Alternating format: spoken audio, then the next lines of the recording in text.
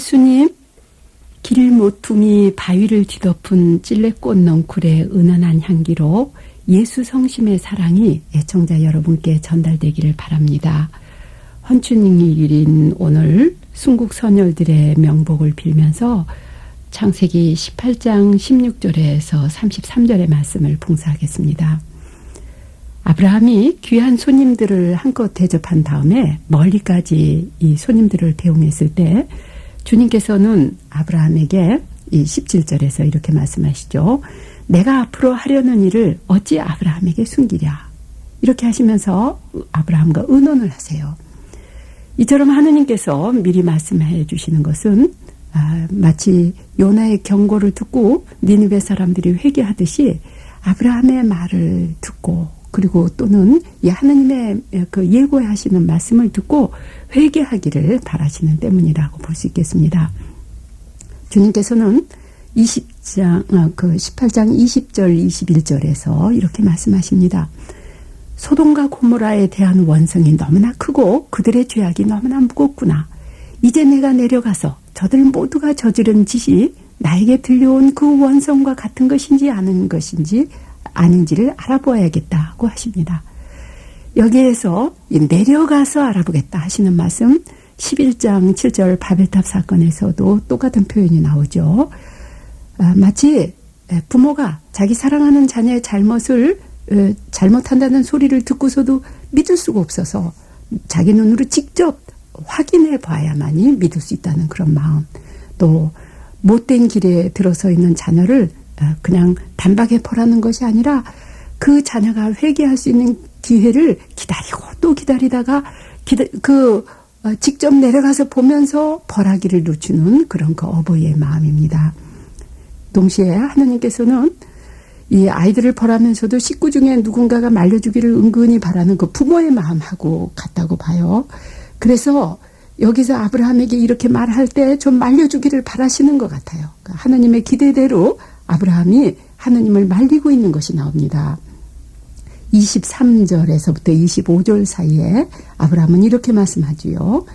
진정 의인을 죄인과 함께 쓸어버리시렵니까? 혹시 그 성읍 안에 의인이 50명이 있다면 그래도 쓸어버리시렵니까?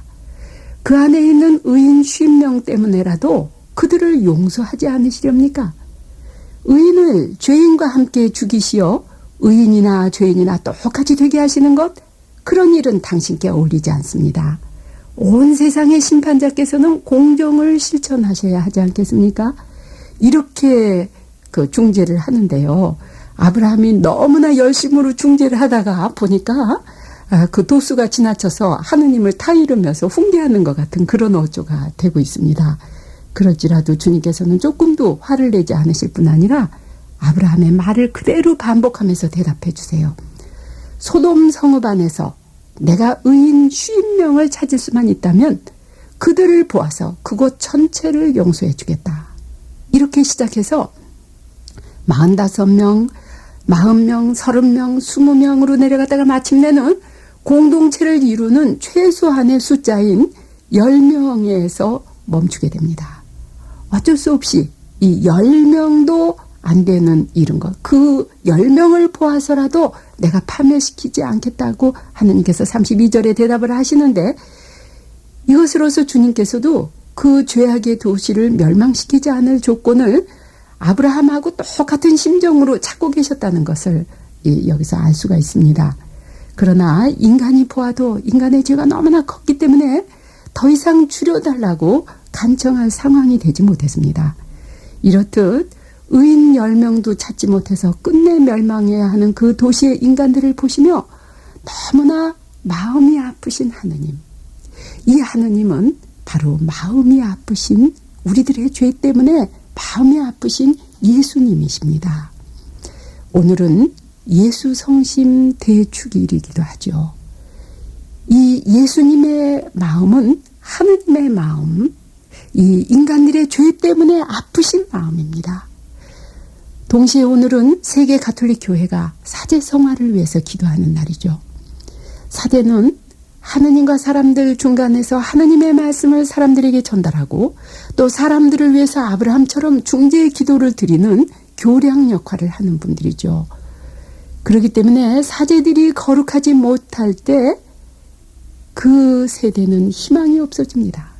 짠맛을 잃은 소금처럼 버려져서 이 사제가 거룩하지 못한 것은 사제 개인의 불행일 뿐 아니라 하느님 백성 전체의 불행이 되고 마는 것이죠. 그러나 오늘날 우리 현대 세계는 얼마나 노골적인 그 유혹의 수단을 동원해서 사제들의 거룩한 신분에 도전하고 있는지, 예수님을 유혹했던 사탄의 세 가지 유혹인 물질의 유혹, 명예의 유혹, 그릇된 권위와 쾌락의 유혹이 그 어느 때보다도 심각한 때가 현대가 아닌가 합니다. 그래서 이런 고통스러운 현재 그 상황에서 살아나가는 사제들 대단히 고통이 많습니다. 근데 우리는 사제들을 위한다는 선의에도 불구하고 사제들의 성화에 방해가 되는 그런 행동을 또 흔히 하기도 하죠. 우리 사제들도 우리와 똑같은 약한 인간이라는 것을 생각하지 않고 너무나 신격화해서 그분들을 걸려 넘어지게 하거나 또는 무자비한 비판으로 그분들을 좌절하게 만들었던 그런 그 큰 죄와 잘못을 참여하면서 우리 모두가 사제들의 성화를 위해서 기도해야 된다고 봅니다. 저는 제가 알고 있는 어떤 사제가 그 어떤 특별한 일 때문에 몹시 저는 화가 나서 그분에 대해서 막 분개하는 말을 어떤 자매에게 같이 그 사제를 받던 자매에게 얘기를 했어요. 그런데 그 자매는요, 저를 얼마나 부끄럽게 했던지요. 그분은 아니었지만 다른 분 비슷한 그 잘못을 하는 사제를 위해서 몇 개월째 하루에 한 끼를 단식을 하면서 열심으로 기도하고 있었다는 것을 저한테 고백을 했습니다. 저는 제가 어떤 그 안 좋게 여기는 사제를 위해서 그분의 그 행동을 위해서 단 한 끼의 단식도 하지 못했는데 그 자매야말로 참으로 사제를 사랑하면서 사제를 위해서 주님께 중재의 기도를 드리는 그 아브라함의 태도를 지니고 있었다고 생각이 됩니다. 죄인들을 위해서 중재의 기도를 하는 아브라함처럼 저희가 기도하는 사람이 되게 해주시고 예수 성심의 따뜻한 사랑의 마음, 온유하고 겸손한 마음으로 사제들의 성화를 비는 우리 모두가 되게 하소서. 아멘.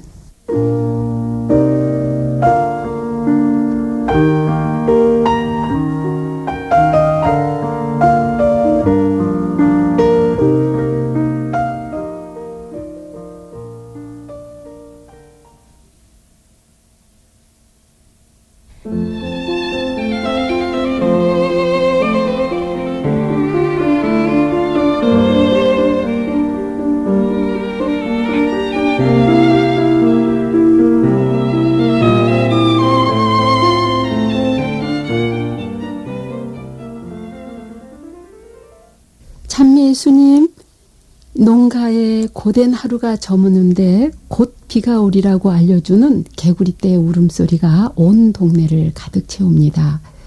우리 농촌의 이 정겨운 풍경에 고향의 정을 담아서 애청자 여러분께 주님의 평화를 전하며 창세기 19장 1절에서 14절의 말씀을 봉사하겠습니다.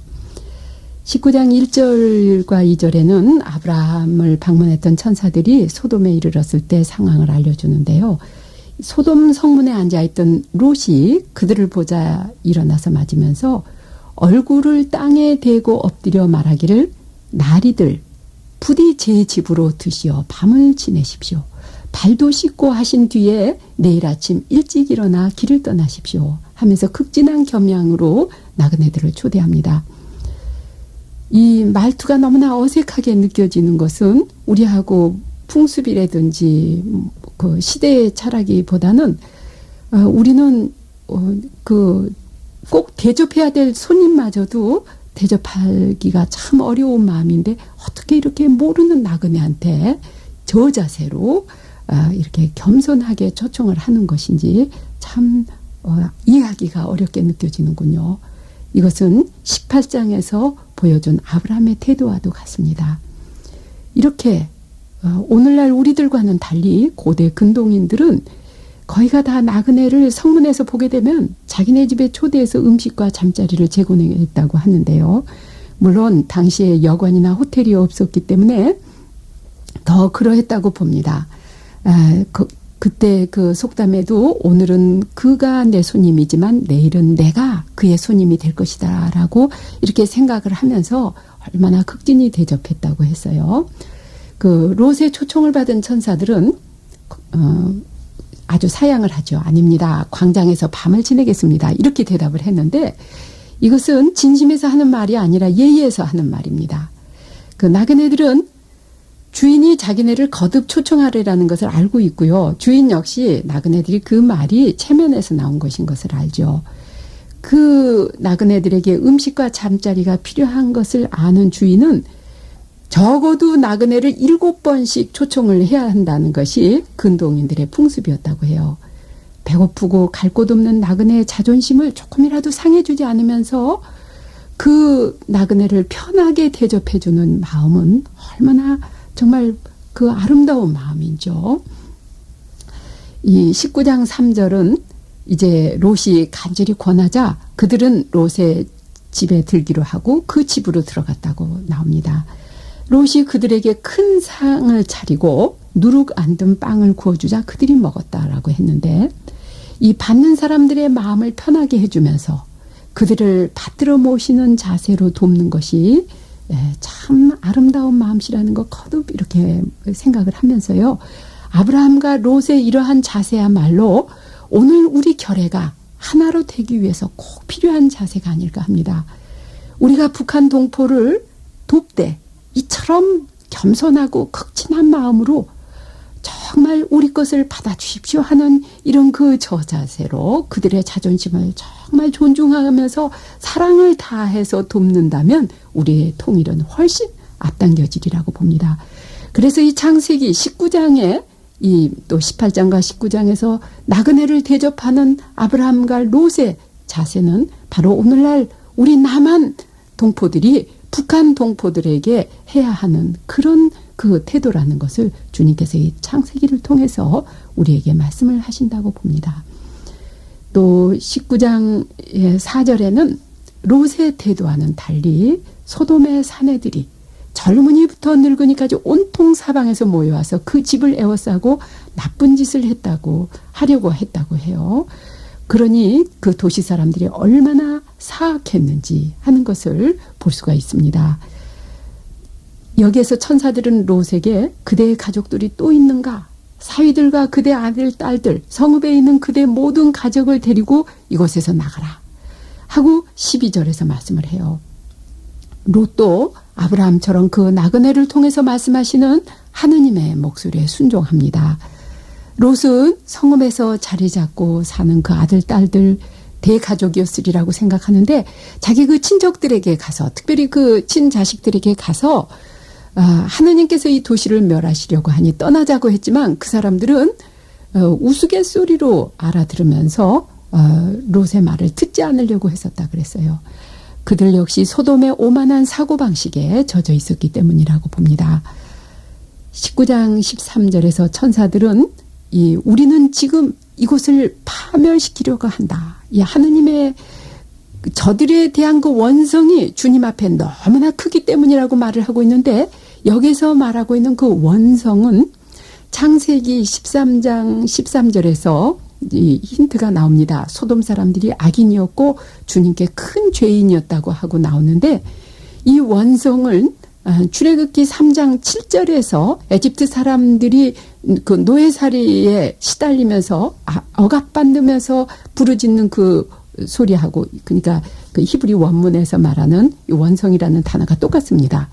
그리고 출애굽기 22장 21절 23절에서 오는 그 고아와 과부들의 호소 또 이사야서 5장 7절에서 부정부패로 인한 아우성 이러한 것이 다 똑같은 그 여기서 말하는 원성입니다. 그래서 억울하게 고통당하는 사람들의 원성과 부르짖음은 하느님의 분노를 불러일으켜서 특별히 이 그 무서운 징벌을 가져오게 한다는 그런 것이 되겠습니다. 그렇기 때문에 여기서 소돔과 고모라의 죄를요 단순히 그 윤리적인 타락이라든지 특별히 그 동성연애자들이라든지 이런 것으로 일괄해 버리서는 안 된다고 봅니다. 이러한 모든 것으로 볼 때 이 소돔과 고모라의 죄악은 사회 불패일 뿐 아니라 인간의 기본권을 짓밟는 오만과 이웃의 고통을 못 본 채 하는 그런 죄악이라고 볼 수가 있습니다. 예레미야서 23장 14절에도 소돔과 같은 죄악을 간음하며 헛소리를 따라가고 못된 것들 편이 되어주며 잘못을 뉘우치는 사람이 하나도 없다라고 얘기를 했고, 에제키엘서 6장 49절에서도 소돔의 죄가 무엇인지 아느냐? 거만을 떨고 시컷 먹고 마시며 태평세월을 즐기면서 천하고 가난한 자들의 손을 붙잡아 주지 않은 것이 바로 소돔과 고모라의 그 딸들의 죄였다고 얘기를 하고 있습니다. 자비의 주님, 저희가 죄악으로 가득한 이 세상에서 가난한 이웃을 못 본 채 하지 않으면서 정말 그 롯의 태도를 본받게 하여 주소서. 아멘.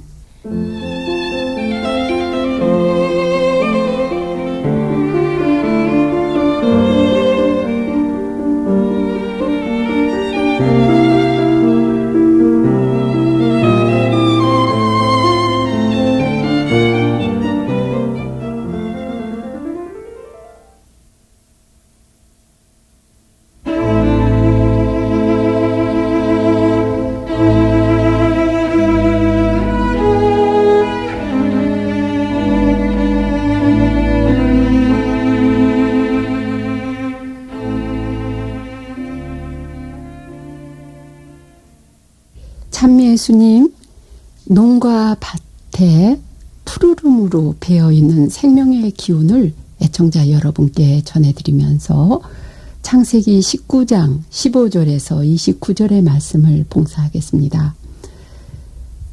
소돔성에서 그 천사들이 그 소돔의 멸망을 예고하면서 롯에게 재촉합니다. 자, 이 성읍에 벌이 내릴 때 함께 휩쓸리지 않으려거든 그대의 아내와 여기에 있는 두 딸을 데리고 어서 가라 라고 합니다. 여기서 어서 가라는 이 분초를 다투는 절박한 상황으로 조금만 더 지체하다가는 롯의 가족이 참변을 당한다는 말이죠. 이는 맏아들의 죽음 앞에서 에집트의 파라오가 모세와 이스라엘 백성에게 했던 그 출애굽대 이야기 말과 같은 얘기죠. 그런데도 롯은 망설입니다. 어쩔 수 없이 천사들이 롯의 손을 막 붙들고서 그 가족의 손을 붙들고 나오는 것이 16절에 묘사되고 있어요. 롯은 하느님의 말씀을 믿고서 순종하기는 하지만 아브라함처럼 온전하지 못했기 때문에 망설인 것입니다. 롯의 이러한 태도는 아브라함과 헤어졌을 그 13장 때부터 확실히 드러나고 있어요. 아브라함이 살아갈 땅을 롯에게 먼저 선택하게 했을 때 그 아브라함의 너그러운 마음과 인품과는 달리 그 믿음에서 나온 것과는 달리 롯은 하느님을 따르는 의인이기는 했지만 동시에 인간의 얄팍한 지혜와 욕심을 앞세우는 이런 그 양다리를 걸친 분이 아니었던가 싶습니다. 그래서 롯은 마치 야외 동산같이 또 에집트 땅같이 좋아 보이는 그 물이 넉넉하고 비옥한 요르단 평야를 선택을 했는데 이렇게 선택한 땅이 재앙의 땅이라는 것을 롯은 생각지를 못한 것이죠. 이렇게 하느님께서 이 땅을 정말로 나에게 원하시는 것인가 하고 생각하기에 앞서서 인간적인 기준으로 얼른 좋은 것을 선택을 하게 될 때 여기에 큰 불행이 따르기도 한다는 것을 창세기 기사는 우리에게 말씀을 해주고 계십니다. 아무튼 롯은 이 소돔 땅에 들어가기 전부터 아브라함과 헤어져야 할 만큼 대가족으로 재산이 많았다는 것을 우리는 알 수 있습니다. 그런데 이 농사가 잘 되고 부유한 이 지역에 들어가서 더 부자가 됐고 더 가족이 불어났으리라는 것은 확실한 일이죠. 천사가 12절에서 열거한 대로 그 성읍에는 사위들, 아들, 딸들과 가족들이 많이 살고 있었으리라고 봅니다. 그러기에 롯이 그 도시를 떠나라고 하신 하느님 말씀에 망설일 수밖에 없었다고 생각이 돼요. 오죽히 다급했으면 천사들이 롯과 그의 아내와 두 딸의 손을 잡고 성읍 밖으로 데리고 나갔다고 했을까요? 그들은 롯의 가족을 밖으로 데리고 나와서 그들에게 달아나 목숨을 구하시오. 뒤를 돌아다 보아서는 안 돼요. 이 들판 어디에서도 멈추어 서지 마시오. 휩쓸려 가지 않으려거든 산으로 달아나시오. 이렇게 말을 했어요. 그런데 그런 경황 중에서도 롯은 또 이유를 대면서 하느님의 말씀에 또 전적으로 순종하지를 못합니다. 산으로 가라고 했는데 저 작은 도시 수알까지 가게 해주세요 하고 또 청하고 있잖아요. 여기 17절에서 뒤를 돌아다 보지 말라 하는 말씀은 후회하지 말아라, 과거를 잊으라 하는 그 지역의 수고랍니다. 그처럼 비옥한 땅에서 풍작을 누리면서 재산을 늘리고 즐겁게 살아온 그 과거를 잊는다는 것이 얼마나 쉬운 일이 아니었을지 롯의 아내에게서 나타나고 있습니다. 살기 좋은 소돔을 떠나라고 하는 그 하느님의 말씀을 아마 롯의 아내는 의심했던 것 같아요. 그 남편이 하느님의 말씀에 순종하는 것을 회의하면서 그 도시가 멸망하려는 말씀 역시 그 사위들처럼 믿지 않았나 생각이 됩니다. 그래서 주님께서 소돔과 고모라에 유황과 불을 퍼부으셔서 그 성읍들과 온 들판과 그 성읍 주민들 모두 땅 위에서 자란 것들을 모두 멸망시킬 때 25절의 말씀대로 롯의 아내는 하느님의 말씀에 불순종해서 그 자리에 서서 뒤를 돌아다 보았어요.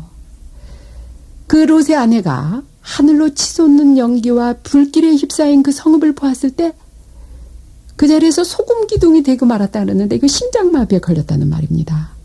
그렇게도 애주중지하게 키워서 그 지방 유지들과 결혼시킨 자식들이 살아있는 그곳, 그렇게도 소중하게 아꼈던 모든 그 세간살이, 과수원, 농장, 가축, 천막 이런 모든 것들이 불길에 휩싸임을 보았을 때 그 남편 롯의 하느님께 대한 신앙이 없이 소돔의 사치에 젖어 살았던 한 여인에게는 너무나 견디기 어려운 무서운 광경이었기 때문에 심장이 마비되지 않고서는 어쩔 수 없는 그런 상태가 됐다고 봅니다. 이 롯의 아내가 소금 기둥이 되다는 근동 지역의 수고로서 이게 심장마비에 걸리다 또는 마비되어 죽었다라는 뜻이라고도 말을 하고 있어요. 아직도 근동 지역에서는 누가 중풍에 걸리거나 마비되면 그가 바윗돌로 변했다 또는 돌멩이처럼 되었다 이렇게 말을 하기도 합니다. 롯의 아내가 실제로 소금 기둥이 되었든 않든 간에 그 아내는 충격으로 마비되어서 죽었어요. 사도 바울로도 로마서 5장 15절 17절에서 롯 역시 그 자신의 의로움으로 구원되지 않고 아브라함의 능력으로 구원되었다고, 말하자면 하느님께서 그 들판의 성읍들을 멸망시키실 때 아브라함을 기억하셔서 롯을 그 멸망의 한가운데서 내보내 주셨다라고 이렇게 말을 하고 있습니다. 이처럼 롯의 아내뿐 아니라 롯까지도 망설이면서 그 불완전한 신앙의 생활을 했기 때문에 하느님을 믿는 그런 그 의인이면서도 이렇게 불행한 최후를 일생을 마감을 해야 된다는 것이 교훈입니다. 우리들 중에서는 롯처럼 선의의 인간들, 우리가 하느님을 믿으면서도 또 우리들 나름대로 좋다고 생각하는 것대로 행동하고 판단하고 하느님을 전적으로 믿지 않고 시련이 올 때 우리들의 잣대로 판가름하는 그런 신앙생활을 하는 사람들이 참 많습니다. 또 저 자신 안에서 우리들 각자 자신 안에서 이 롯의 요소를 우리들은 많이 찾아볼 수 있다고 봅니다. 롯의 불행한 말년에 대해서 이 19장 30절 이하에 기술하면서도 근동인들은 아주 그 동정적인 그런 그 태도로 기술을 하고 있어요. 롯처럼 하느님 말씀과 자기 생각 사이에서 망설이지 않고 롯의 아내처럼 뒤돌아보지 않을 은총을 우리 모두가 구하라고 하시는 것이 오늘의 말씀이 주시는 메시지입니다. 우리 모두에게 아브라함의 참 신앙을 주소서. 아멘.